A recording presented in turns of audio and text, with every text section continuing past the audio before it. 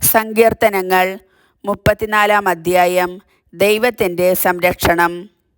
കർത്താവിനെ ഞാൻ എന്നും പുകഴ്ത്തും. അവിടുത്തെ സ്തുതികൾ എപ്പോഴും എൻ്റെ അധരങ്ങളിലുണ്ടായിരിക്കും. കർത്താവിൽ ഞാൻ അഭിമാനം കൊള്ളുന്നു. പീഡിതർ കേട്ട് ആനന്ദിക്കട്ടെ.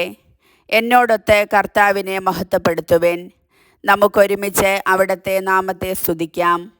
ഞാൻ കർത്താവിനെ തേടി, അവിടുന്ന് എനിക്ക് ഉത്തരമരുളി. സർവഭയങ്ങളിലും നിന്ന് അവിടുന്ന് എന്നെ മോചിപ്പിച്ചു.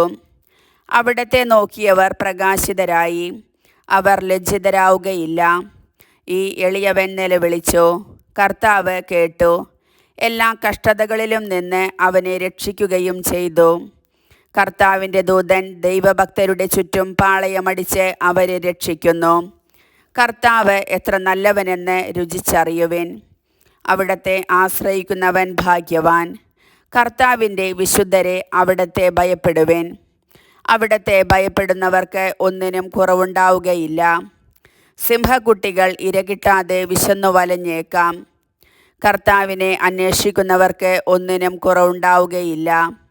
മക്കളെ, ഞാൻ പറയുന്നത് കേൾക്കുവിൻ. ദൈവഭക്തി ഞാൻ നിങ്ങളെ പരിശീലിപ്പിക്കാം. ജീവിതം ആഗ്രഹിക്കുകയും സന്തുഷ്ടമായ ദീർഘായുസ്സ് അഭിലഷിക്കുകയും ചെയ്യുന്നുവോ?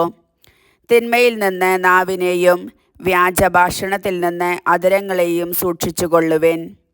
തിന്മയിൽ നിന്നകന്ന് നന്മ ചെയ്യുവിൻ. സമാധാനം അന്വേഷിച്ച് അതിനെ പിന്തുടരുവിൻ. കർത്താവ് നീതിമാന്മാരെ കടാക്ഷിക്കുന്നു. അവിടുന്ന് അവരുടെ വിലാപം ശ്രവിക്കുന്നു. ദുഷ്കർമ്മികളുടെ ഓർമ്മ ഭൂമിയിൽ നിന്ന് വിച്ഛേദിക്കാൻ കർത്താവ് അവർക്കെതിരെ മുഖം തിരിക്കുന്നു. നീതിമാന്മാർ സഹായത്തിന് നിലവിളിക്കുമ്പോൾ കർത്താവ് കേൾക്കുന്നു. അവരെ സകലവിധ കഷ്ടതകളിലും നിന്ന് രക്ഷിക്കുന്നു. ഹൃദയം നുറുങ്ങിയവർക്ക് കർത്താവ് സമീപസ്ഥനാണ്. മനമുരുകിയവരെ അവിടുന്ന് രക്ഷിക്കുന്നു. നീതിമാന്റെ ക്ലേശങ്ങൾ അസംഖ്യമാണ്. അവയിൽ നിന്നെല്ലാം കർത്താവ് അവനെ മോചിപ്പിക്കുന്നു. അവൻ്റെ അസ്ഥികളെ കർത്താവ് കാത്തു സൂക്ഷിക്കുന്നു. അവയിലൊന്നുപോലും തകർക്കപ്പെടുകയില്ല. തിന്മ ദുഷ്ടരെ സംഹരിക്കും. നീതിമാന്മാരെ ദ്വേഷിക്കുന്നവർക്ക് ശിക്ഷാവിധിയുണ്ടാകും. കർത്താവ് തൻ്റെ ദാസരുടെ ജീവനെ രക്ഷിക്കുന്നു. അവിടുത്തെ ശരണം പ്രാപിക്കുന്നവർ ശിക്ഷയ്ക്ക് വിധിക്കപ്പെടുകയില്ല. കർത്താവിൻ്റെ വചനം.